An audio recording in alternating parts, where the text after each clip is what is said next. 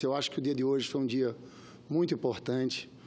Vossa Excelência está de parabéns, que Vossa Excelência é o nosso comandante nessas batalhas todas, na reforma trabalhista e reforma previdenciária. Isso faz parte da história de luta da sua vida.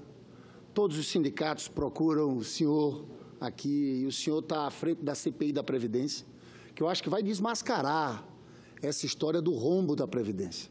Eles, quando falam do rombo da Previdência, eles desconsideram o que está escrito na Constituição, né? Porque, na verdade, está lá COFINS, Contribuição Social do Lucro Líquido, PIS, PASEP, uma parte de loterias. Em nenhum lugar do mundo a Previdência se sustenta só com contribuição de trabalhador e de empresário. Sempre tem a participação governamental. É porque aqui no Brasil eles querem desconsiderar isso, né? Desconsiderar isso. Então, eu começo cumprimentando Vossa Excelência. Só que eu digo claro, isso, claro. Que foi importante para valorizar. Nós estamos aqui sempre na mesma linha, no combate permanente. Valorizar o doutor Guilherme Portanova.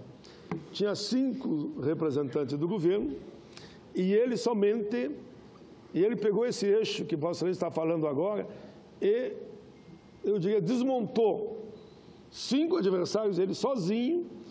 Eles não tiveram o que responder, porque ele pegou exatamente o eixo de Vossa Excelência. Então, aproveito essa sua fala para cumprimentar o doutor Guilherme Portanova pelo show que ele deu ontem lá na CPI.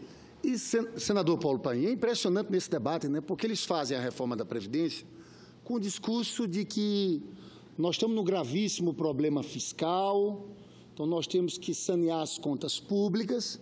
Mas a pergunta que nós não cansamos de fazer, já que tem que sanear as contas públicas, cadê a parte da contribuição do ajuste no andar de cima, dada pelos banqueiros, pelos grandes empresários, pelos multimilionários? Nenhuma! Aqui só se fala em perdão quando é para grande empresário. Então, agora mesmo, para aprovar a reforma da Previdência, olha que negociata, isso é muito pior do que emenda. Para aprovar a reforma da Previdência, eles estão discutindo um mega refis de isenção de 23 bilhões de dívidas de grandes empresas. Eu pergunto ao senhor que está nos assistindo, por que um deputado se empenha tanto para anistiar a dívida de grande empresa? Boa coisa não é. Mas os deputados só querem isso. Agora, Fundo Rural, novamente Previdência, eles falam no déficit. Dívida dos ruralistas. Estão anistiando 10 bilhões de ruralistas.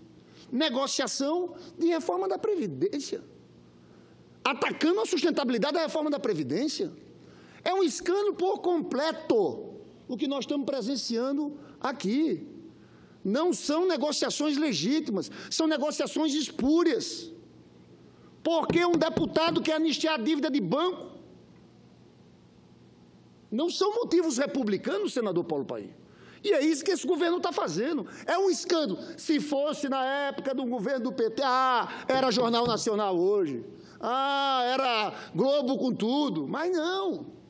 Eles estão defendendo, eles querem essa reforma. Para eles vale de qualquer jeito. Para aprovar essa reforma, esse pacote de reformas antipovo.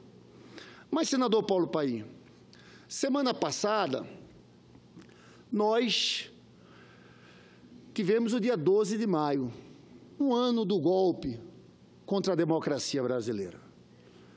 Eu tive, inclusive, no Rio Grande do Sul. Encontrei lá a presidenta Dilma, a senadora Gleisi, nós estamos fazendo debates sobre o PT, e encontramos lá a presidenta Dilma Rousseff.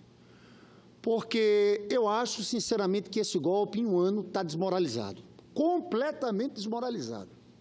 Primeiro, porque eles diziam o seguinte, faziam um discurso da ética, e colocaram essa turma aí, Michel Temer, Eliseu Padilha, Eduardo Cunha, como diz Renan Calheiros, mandando da cadeia, essa aliança com o PSDB, isso aí, tanto é que esse pessoal que foi para as ruas de verde e amarelo, não vai mais para as ruas, que eles estão envergonhados.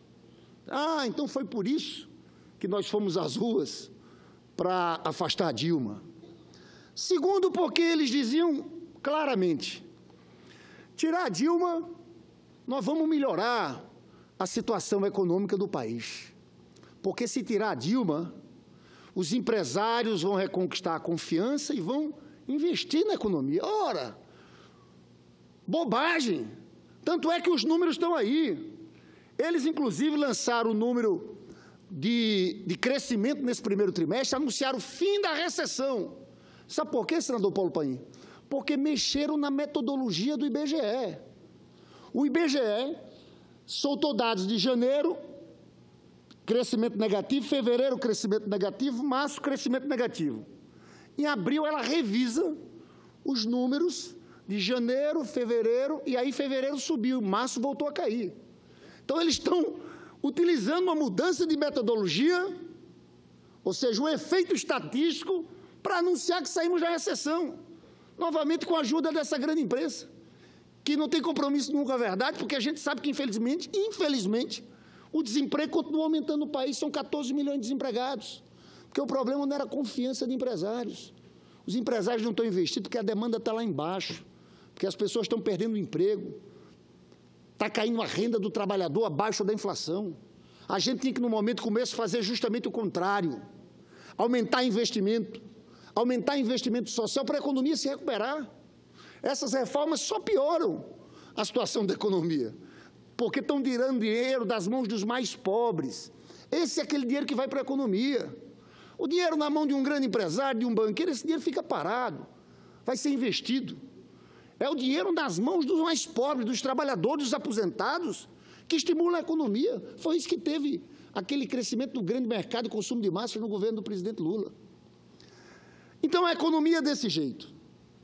Agora, quando eu digo que o golpe está desmoralizado, é porque o povo brasileiro, que há um ano atrás uma parcela do povo estava olhando aquele processo assim à distância, mas agora o povo brasileiro começa a entender que, de fato, o golpe é um golpe contra o trabalhador brasileiro.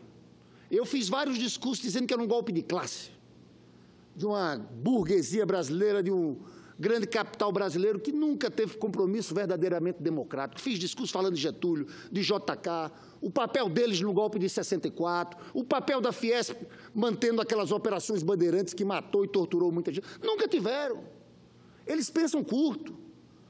Eles não têm visão, essas elites nossas não merecem o nome de elites. Eles não têm visão de Brasil. Não defendem um projeto nacional. São mal preparados, não estudam. Querem saber ali de aumentar o lucro. Essa reforma trabalhista é isso. Querem aumentar o lucro ali, tirando os trabalhadores. Não tem nenhum tipo de planejamento. Eles não percebem que isso aprofunda a situação de crise econômica, porque são esses trabalhadores que consomem. Eles não percebem, eles têm uma visão superficial. Eu fico impressionado com a fraqueza, com a falta de visão dessa classe dominante brasileira. Mas o povo está percebendo que o golpe foi um golpe para retirar seus direitos. Tanto é que a greve do dia 28 foi uma greve vitoriosa. Eles ficam tentando subestimar. A gente sabe, o senador Paulo Paim foi lutador aqui, sindicalista a vida inteira. Quantas greves gerais a gente tentou fazer nesse período e não conseguiu. Não conseguia. Porque quando não tem adesão do povo, não tem jeito. O povo vai para o trabalho, não consegue parar tudo que é categoria. Categorias, inclusive, que não são ligadas à CUT.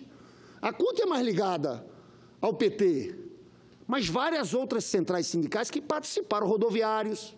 Rodoviários, a CUT não tem tanta força, pelo que eu sei. Mais ligado à nova central. Mais ligado à nova central. Mas categorias e categorias pararam. E esse governo tem 4% de aprovação popular. 92% diz que está no caminho errado. Cid, está ali o nosso deputado Cid do Rio de Janeiro, que foi deputado pelo Rio de Janeiro. Eu tenho dito que se existisse responsabilidade de setores amplos aqui no país, o que a gente ia fazer era antecipar a eleição de outubro de 2018 para outubro de 2017.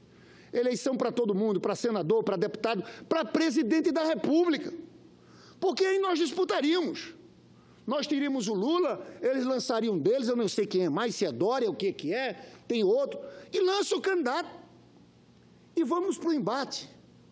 E quem vence, vence com o apoio da maioria da população. Que venham defender essas barbaridades, reforma da Previdência, reforma trabalhista, que defendam nas eleições. O problema, sabe qual é? Sabe por que eles deram esse golpe? É porque eles sabem que com esse projeto, ninguém ganha eleição com um projeto desse.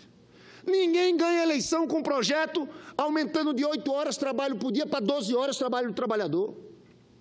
Ninguém ganha eleição diminuindo 1 hora de almoço para meia hora de almoço para o trabalhador. Porque é só para o trabalhador, viu, deputado Cid?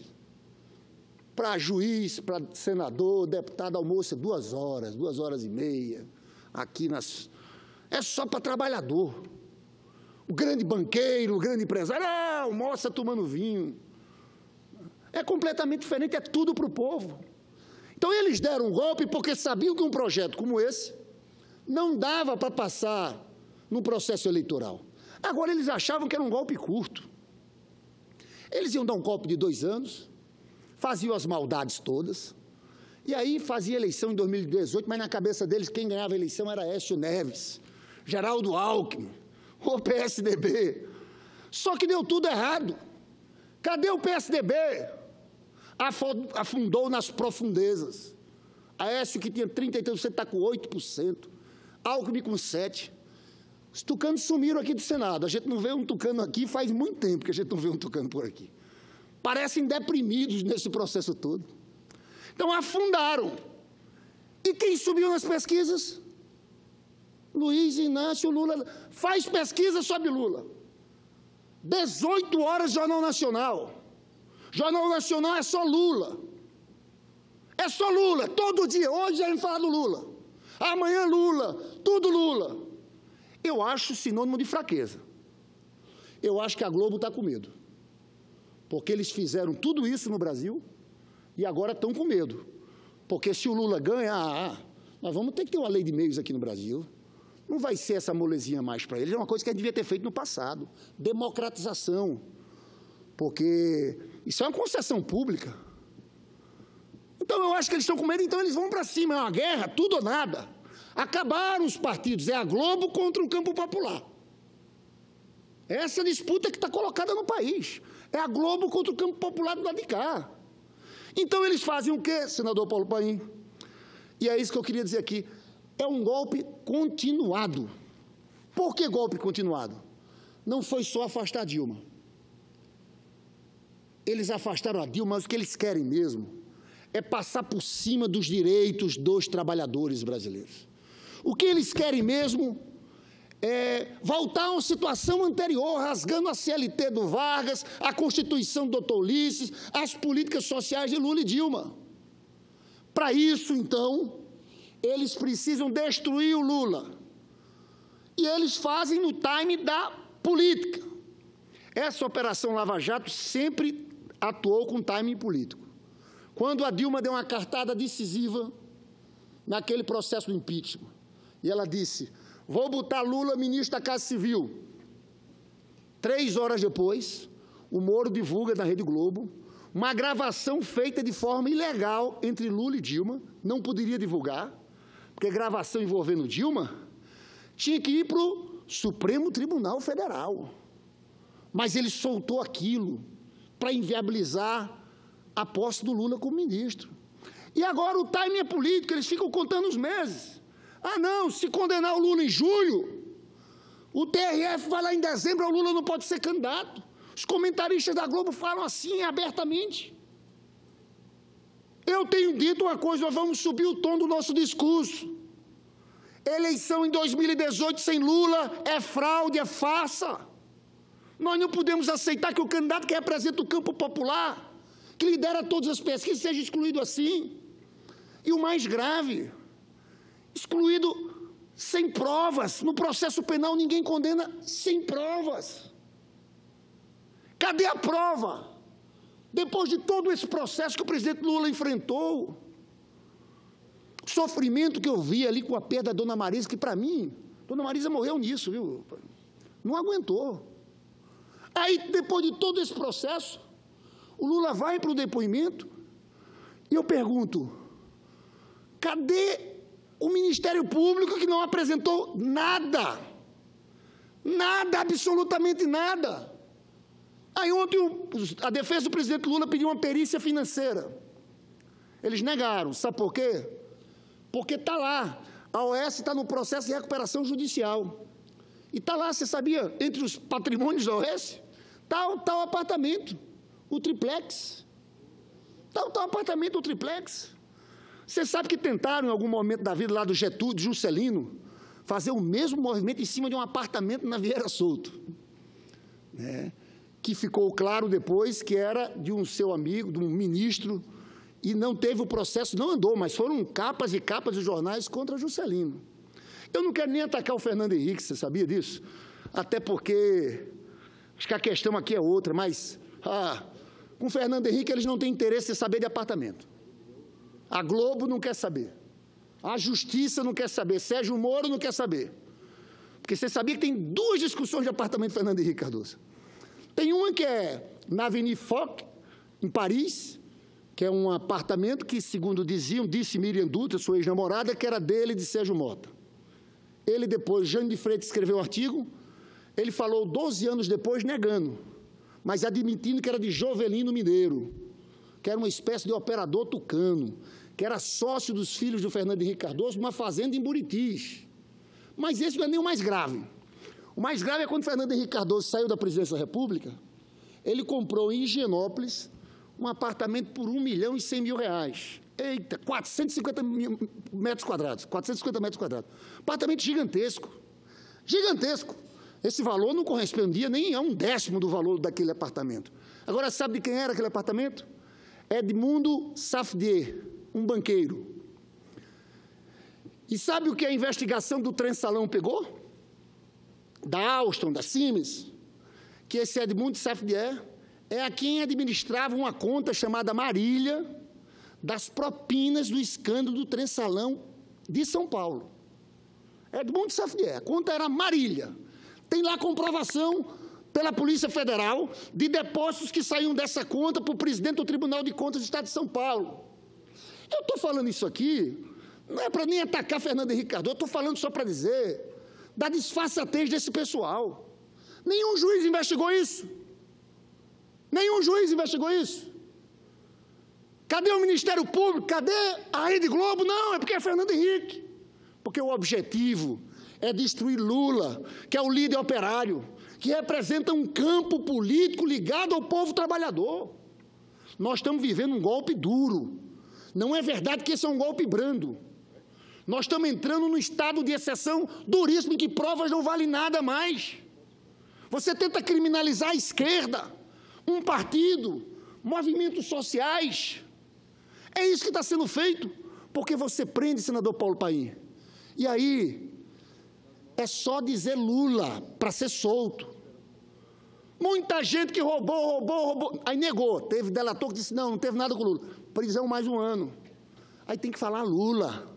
E é uma caçada. Aí é o Poder Judiciário de Brasília, um juiz aqui de Brasília, que o Lula veio depor, esse juiz ficou caladinho, o Lula deu um sapatinho lá dentro, falou tudo, e ele, eu achei até muito respeitoso, mas não, ele foi covarde, porque tomou uma decisão que só existe em regime autoritário. Isso não é coisa de democracia, não. Não é coisa de democracia, ninguém fala. É assim, cadê os democratas dessa imprensa do Brasil? Mandar fechar o Instituto Lula. Isso é um escândalo. O argumento para fechar o Instituto Lula foi o seguinte, é que o Lula conversou com o Delcídio. Então, lá podem ter conversas e práticas criminosas. Então, ele vai fechar o Senado Federal? Só sendo. Vai fechar a Câmara dos Deputados? Porque lugar onde pode ter conversa que podem ter a ver com práticas criminosas é um escândalo. Cadê os democratas do Brasil? Cadê os democratas desse país para protestar contra esse escândalo? E eu encerro, senhor presidente, dizendo que esse mesmo juiz, Ricardo Augusto Soares Leite, esse mesmo juiz, mandou, sem nenhuma razão, na sexta-feira passada, fazer uma condução coercitiva de 37 funcionários do BNDES. Do BNDES. Foi um susto. Técnicos do BNDES falam em condição coercitiva Mas condução coercitiva, senhor presidente, só se justifica perante a lei quando a pessoa recebe uma intimação e se recusa a depor. Portanto, não existe condição coercitiva fora dessa exigência legal. Essas pessoas, esses funcionários do BNDES, técnicos, não haviam recebido nenhuma intimação para depor. Assim, não houve condução coercitiva, houve sequestro, que é o que ocorre quando uma pessoa é conduzida sem justificativa legal e contra sua vontade a um determinado lugar e lá permanece, numa espécie de cativeiro, mesmo que seja temporário. Entre os funcionários sequestrados, havia uma mulher em estágio avançado de gravidez. Assim como Lula e outros foram sequestrados, esses 37 funcionários também foram sequestrados. Na ditadura, se sequestrava sem nenhuma justificativa jurídica. Agora se sequestra usando indevidamente uma desculpa jurídica sem fundamento. Isso não se chama condição coercitiva, isso se chama sequestro. Hoje, adapta-se a interpretação da lei às necessidades repressoras do Estado. Isso se chama, senhor presidente, estado de exceção. De fato, o golpe criou um estado de exceção que justifica tudo em nome do combate aos opositores do governo ilegítimo e à corrupção. Assim, esses sequestros tornaram-se naturais. Ninguém questiona mais. Ao contrário, são até aplaudidos pela mídia, que demoniza tudo aquilo que possa colocar obstáculos ao projeto ultra-neoliberal que o golpe tenta implantar no país. Essas ações tornaram-se parte da realidade cotidiana do estado de exceção. Mas, no caso dessa ação específica, há um toque de surrealismo. É que essa operação contra o BNDES foi determinada pelo juiz Ricardo Leite, o mesmo que mandou fechar o Instituto Lula. Ele está submetido a uma investigação da Corregedoria do TRF, Tribunal Regional Federal da Primeira Região, por omissão na Operação Zelotes, aquela que investiga anistia bilionárias de dívidas fiscais de grandes empresas. Só quem não conhece o BNDES pode imaginar que esse banco, composto por funcionários de extrema qualificação técnica, possa se envolver em irregularidades para agradar quem quer que seja. Com efeito, as decisões do BNDES são tomadas de forma impessoal e técnica e têm de passar por pelo menos 2 equipes de análise e 2 colegiados, num processo que envolve o crivo de pelo menos 50 pessoas altamente qualificadas e que demoram, a depender do volume do empréstimo e das circunstâncias, 450 dias para serem definitivamente aprovados e liberados. Por causa desse rigor técnico, o nível de inadimplência nessas operações é insignificante, menos de 0,01%, muito menor do que as carteiras dos bancos privados. Imaginar que Lula, Palocci ou outro qualquer possam liberar um empréstimo no BNDES para beneficiar amigos com um canetaço é de um ridículo atroz. Na realidade, o que está por trás dessa e de outras operações não é realmente o combate à corrupção, que tem de ser realizado de forma séria, discreta e isenta. Tudo o contrário do que se verifica hoje no Brasil. A bem da verdade, tais operações escondem 2 grandes objetivos. O primeiro objetivo é político. Busca-se criminalizar todos os atores políticos e todas as políticas dos governos progressistas. Observe-se que Luciano Coutinho, ex-presidente do BNDES, foi arrolado como testemunha pela defesa de Lula na Lava Jato. Isso é bastante óbvio, de conhecimento até do reino mineral. Mas há outro objetivo, menos óbvio, que tem consequências estruturais de longo prazo. Trata-se do objetivo econômico, de desconstruir mecanismos que o Estado brasileiro dispõe para intervir na economia.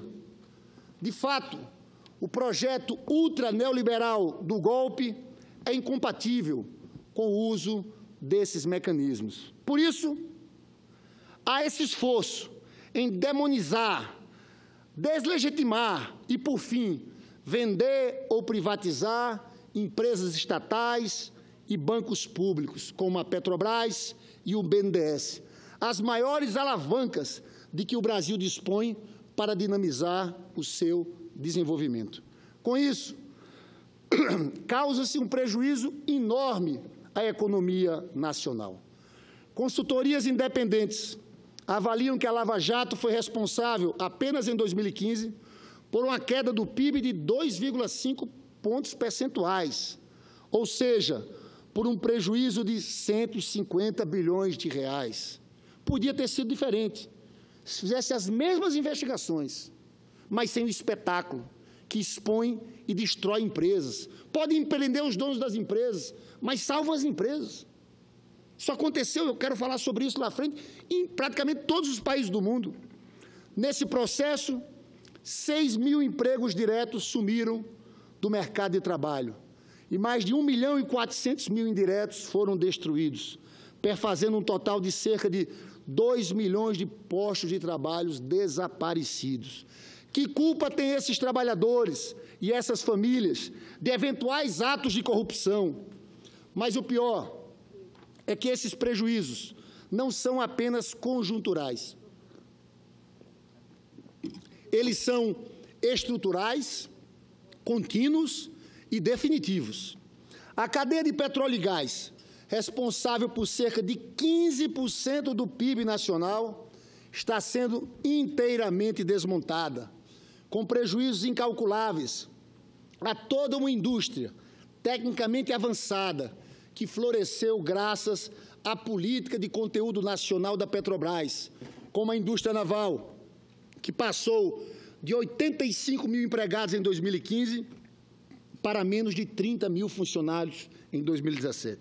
Vossa Excelência, senador Paulo Paim, sabe lá do Rio Grande, o estaleiro que foi construído a partir das políticas do governo Lula e Dilma, da política de conteúdo nacional. Tinha quase 20 mil trabalhadores, agora tem pouco mais de 1.000 trabalhadores lá.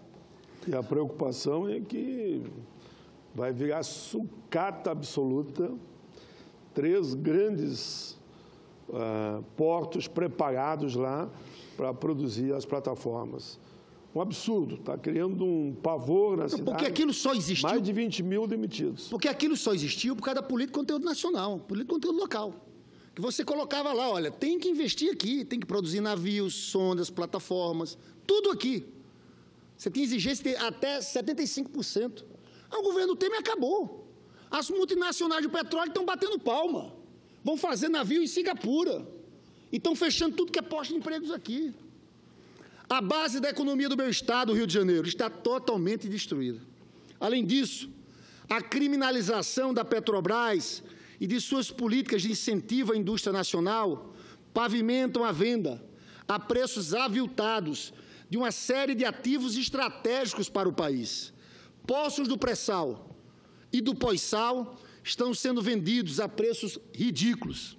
Em média, essas jazidas estratégicas, as mais promissoras do mundo, estão sendo vendidas a um preço que varia de 1,35 a 3 dólares o barril. Isso aconteceu no caso do campo de Carcará.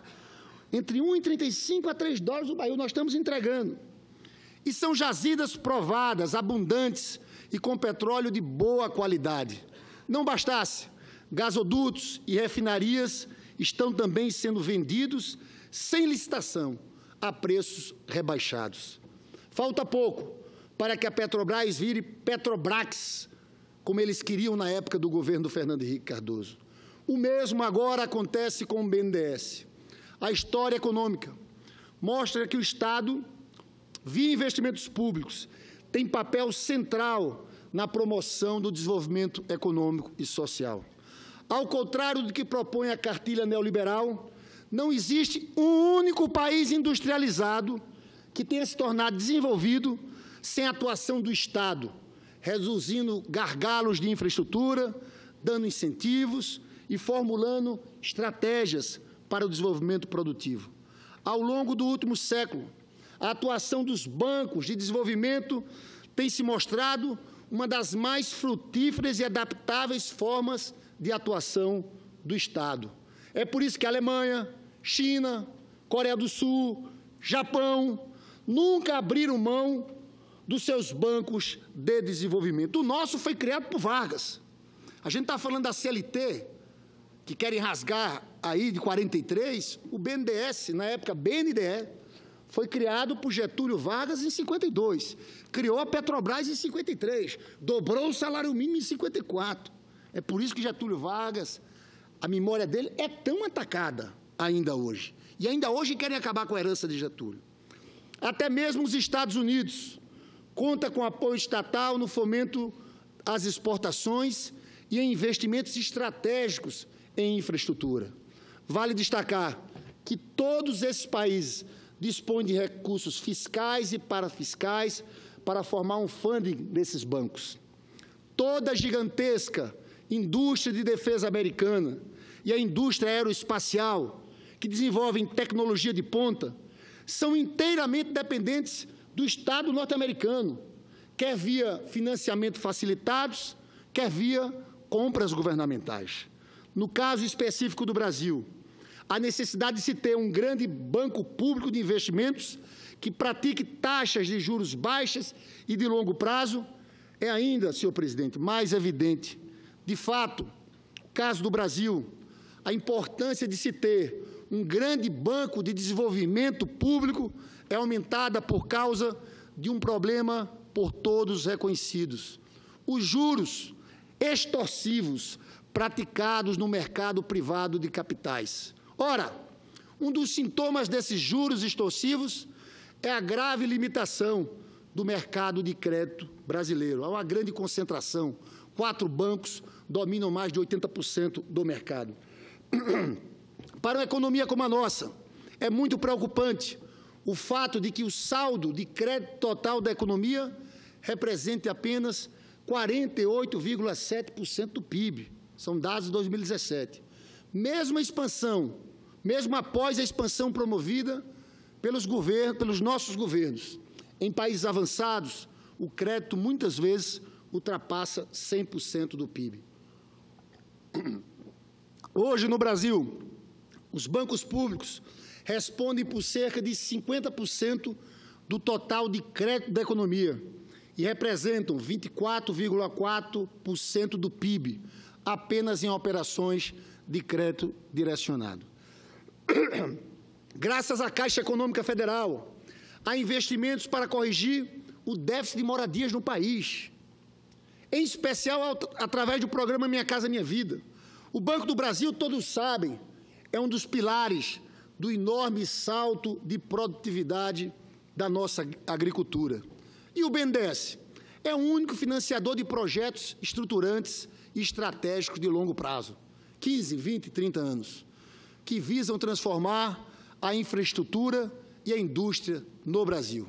Caso o crédito público seja reduzido ou mesmo eliminado, como parece querer o governo golpista, o Brasil voltará aos tempos do fracassado neoliberalismo da década de 90, quando o crédito total da economia não passava de 25% do PIB, algo inteiramente ridículo e absolutamente insuficiente para financiar o desenvolvimento de um país com as dimensões do Brasil.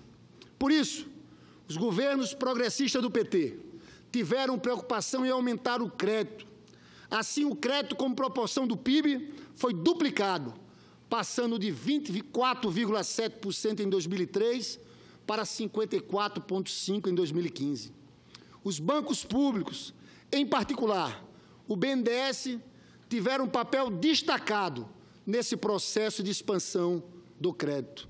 Dessa forma, os desembolsos do BNDES passaram de 35 bilhões em 2003 para cerca de 190 bilhões, tanto em 2013 quanto em 2014. Essa expansão do crédito público se revelou especialmente benéfica quando da recessão mundial de 2008, que contraiu muito o crédito privado em todo o mundo. Foram disponibilizados recursos para o financiamento das exportações e para cobrir compromissos externos das empresas, em um montante superior a 45 bilhões de dólares.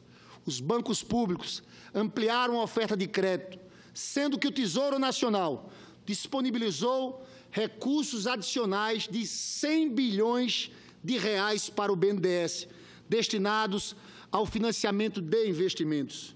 E o Banco Central liberou uma parcela de 99,2 bilhões do compulsório para reforçar a liquidez do sistema bancário. Isso foi fundamental, foi estratégico para a superação daquele impacto inicial da crise mundial no Brasil. No ano seguinte, o nosso país cresceu 7,5% do PIB. Aliás, foi precisamente nesse período que o BNDES disponibilizou os empréstimos questionados para a JBS, que sofria com a queda nas exportações e com a escassez de crédito privado, como muitas outras empresas brasileiras na época. Porém, agora, na pior crise da história do Brasil, o governo ilegítimo faz justamente o contrário. Contrai o crédito, que já caiu de quase 55% do PIB para 48%, e sequestra 100 bilhões do BNDES para colocá-los no Tesouro. Uma verdadeira e gigantesca pedalada fiscal. Isso aqui, sim, é pedalada fiscal. Devolveu os 100 bi. Mas, além de ter obrigado o BNDES a devolver cerca de 100 bilhões de seu caixa ao Tesouro, o governo golpista está impondo condições bem mais restritivas para os empréstimos do banco, com a não utilização da TJLP. Estão acabando com a TJLP. A TJLP é o principal instrumento, falta pouco, senhor presidente, a TJLP é o principal instrumento de atuação do BNDES nas últimas 2 décadas, pois ela possibilitava, num contexto de elevadas taxas de juros e de um mercado privado de financiamentos muito voláteis, que projetos estratégicos e de longo prazo no setor produtivo se tornassem viáveis economicamente.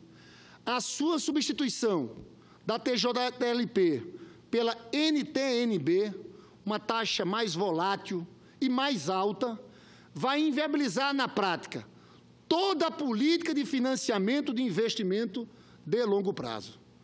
Como não há racionalidade econômica por trás dessa decisão, o governo golpista justifica esses absurdos fazendo críticas infundadas ao BNDES, ou então criminalizando as políticas exitosas do banco com operações como essa. Assim, é falso, como alega o governo golpista, que a política de consolidação e internacionalização de empresas, exportação de serviços e bens, teria sido implementada com recursos subsidiados, aportados pelo Tesouro, visando escolhas voluntariosas de favoritos. Com efeito, as operações do BNDES-PAR, subsidiária de participações societárias do BNDES, sempre foram feitas sem subsídios, a custos compatíveis com o mercado internacional de financiamentos e, em sua grande maioria, contando com a participação de investidores do mercado de capitais. Saliente-se que a BNDES-PAR existe há décadas, é altamente lucrativa e gera recursos a partir do giro de sua carteira. De 2007 a 2014, teve 24 bilhões de lucros que permitiram reduzir os spreads do BNDES, sustentar sua rentabilidade e, ainda por cima, pagar dividendos à União. Senhor presidente, em nenhum país do mundo que tenha um governo racional e uma justiça isenta e séria se destrói empresas, bancos ou quaisquer outros mecanismos indispensáveis para o desenvolvimento econômico. Muitos países combatem a corrupção de forma muito mais eficiente que o Brasil, mas nem por isso arruinam suas economias e suas empresas. Nem por isso desempregam seus trabalhadores, nem por isso se submetem aos interesses de outros países. Até mesmo empresas envolvidas em crimes de guerra são poupadas. A ThyssenKrupp, que financiou e fabricou armas para Hitler, e a Siemens, que produziu o gás Zyklon B, usado nos campos de concentração, estão hoje entre as principais firmas da Alemanha e do mundo. Afastaram seus dirigentes, mas as empresas continuaram.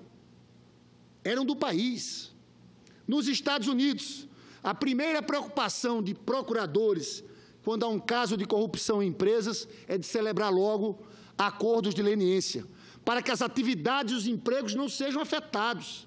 Aqui no Brasil, no entanto, parece haver uma volúpia em destruir empresas, principalmente quando se trata de empresas estatais ou bancos públicos, como Petrobras ou BNDES.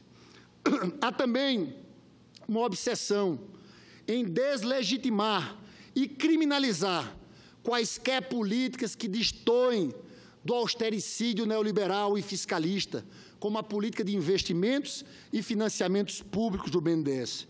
Eu até costumo brincar, senhor presidente, que se John Maynard Keynes estivesse vivo e morasse no país, ele provavelmente estaria sendo perseguido por esse governo golpista, ou já teria sido conduzido coercitivamente por uma dessas operações partidarizadas e ideológicas de procuradores desinformados e messiânicos. Essa nova operação, que resultou no sequestro de 37 funcionários do BNDES, insere-se nesse contexto maior de desconstrução dos mecanismos econômicos de alavancagem do desenvolvimento brasileiro. Com quais objetivos? Eu não tenho dúvidas que há interesses geopolíticos estrangeiros por trás de tudo isso. Interesse nos danos que essas operações causam ao Brasil. O primeiro dano tange a destruição parcial do braço empresarial da política externa e a erosão do protagonismo do Brasil na América Latina e na África. Política externa não se faz só com ações do Estado, mas também com ações da iniciativa privada e da sociedade. A projeção dos interesses nacionais no exterior torna-se muito mais densa quando assentada na cooperação e em projetos econômicos concretos. Nesse ponto, a participação de grandes construtoras brasileiras em inúmeros projetos de infraestrutura na América Latina, Caribe e África vinha aumentando sobremaneira o protagonismo político e econômico do Brasil nessas regiões e tornando o nosso país um importante player no disputado e estratégico mercado de exportações de serviços, setor econômico que mais cresce no mundo. Agora, a paralisação e fragilização dessas grandes firmas ocasionadas pela Lava Jato e agora por essa operação tende a inviabilizar novos contratos brasileiros, o que redundará na entrega desses mercados a empresas chinesas, europeias e norte-americanas. O prejuízo econômico, comercial e, sobretudo, geopolítico para o Brasil é incalculável. A própria integração regional perde um dos seus vetores mais importantes. O segundo dano se refere à provável inviabilização do Brasil como ator importante no mercado mundial de energia.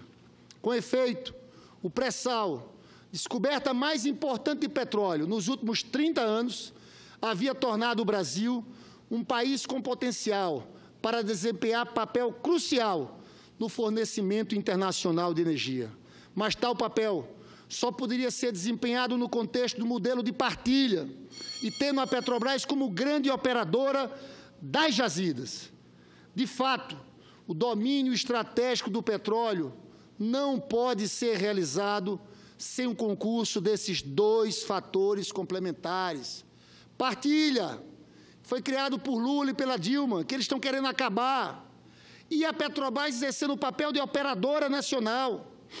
Num contexto em que a Petrobras não seja mais a grande operadora e o pré-sal foi entregue às grandes multinacionais norte-americanas e europeias, o Brasil perderá a oportunidade de se tornar um player importante do estratégico mercado de energia, Novamente, o prejuízo geopolítico do Brasil seria incalculável. O terceiro dano diz respeito à fragilização da estratégia nacional de defesa, fonte importante da afirmação dos interesses brasileiros no cenário externo, pois a persuasão diplomática funciona bem melhor quando associada à dissuasão estratégica. Com efeito, todas as firmas que vêm sendo paralisadas e fragilizadas pela Lava Jato desempenham um papel crucial nessa estratégia, já que estão fortemente presentes nos grandes projetos da área. No campo específico da energia nuclear, a prisão do almirante Otton Luiz Pinheiro da Silva, considerado o pai do programa nuclear brasileiro, lançou suspeitas injustas sobre um projeto que nos dá simplesmente o domínio do ciclo atômico. Se isso não representa grave prejuízo geoestratégico, não sei mais o que poderia representar. Senhor presidente, eu agradeço muito pelo tempo. Finalizando, eu queria fazer os últimos comentários, dizer que, para mim, parece que no país hoje o poder não emana mais do povo. O poder e as instituições não servem mais ao povo. Ao contrário, servem-se do povo. Funcionários públicos do judiciário, os mais bem pagos do mundo, tem juiz aqui que ganha 60, 70 mil reais, financiado com impostos quase que exclusivamente cobrados sobre os mais pobres, se unem com a mídia, os bancos, potências estrangeiras, para destruir o império da democracia, da lei e o mínimo de equilíbrio e prosperidade social que estava sendo conquistado. O que mais me impressiona é o ódio ao Brasil e seu povo e a desfaçatez com que destrói os mínimos avanços sociais, os mínimos avanços de nossa soberania. Em 2 séculos de luta do nosso povo, evoluímos de colônia para país independente, de reinado escravagista para a república, de república agrária sem direitos e identidade para a nação industrial, com direitos trabalhistas, civis e sociais.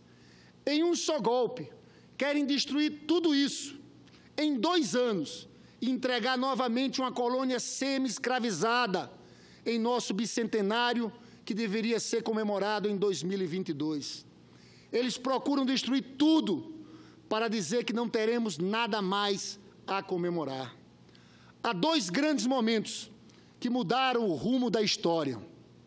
Primeiro é o período varguista, que eu já falei aqui, que trouxe a indústria, os direitos trabalhistas, a previdência, o orgulho da identidade nacional, as universidades, a Petrobras, o BNDES. São tantas conquistas que não caberiam nesse discurso. Vargas planejou até seu martírio, se voltar como vitória para o povo e derrota para os nossos inimigos, adiando assim, por 10 anos, uma ditadura militar apoiada por potências estrangeiras. O segundo momento de grande avanço é a nova república, que focou mais no social do que no econômico. A Constituição de 88 é uma das mais progressistas do mundo. Posteriormente, nos mandatos do PT, as políticas sociais atingiram todos os rincões do Brasil.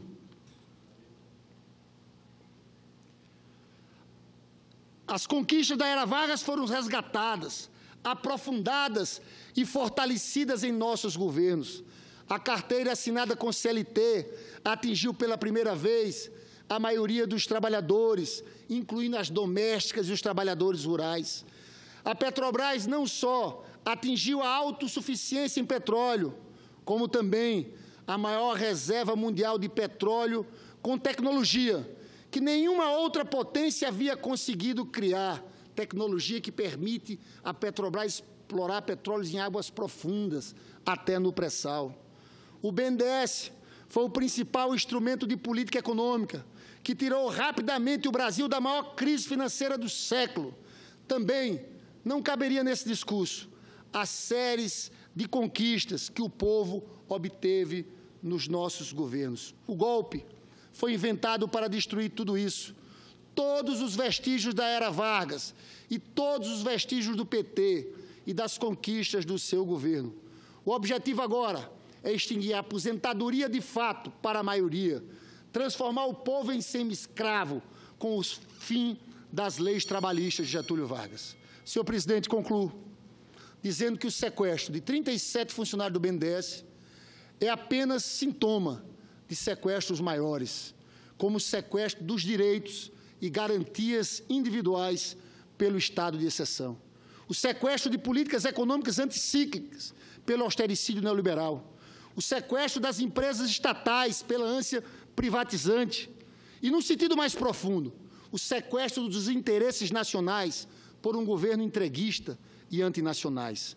O sequestro desses 37 funcionários é sintoma, sobretudo, do sequestro do futuro do Brasil por um governo que não tem futuro algum e por um sistema judiciário e um Ministério Público parcialmente capturados por ideologias arcaicas e interesses alienígenas. Por tudo isso, como diriam os norte-americanos, os grandes fiadores do golpe contra o Brasil e o seu povo é bullshit, pura enganação, pura mentira.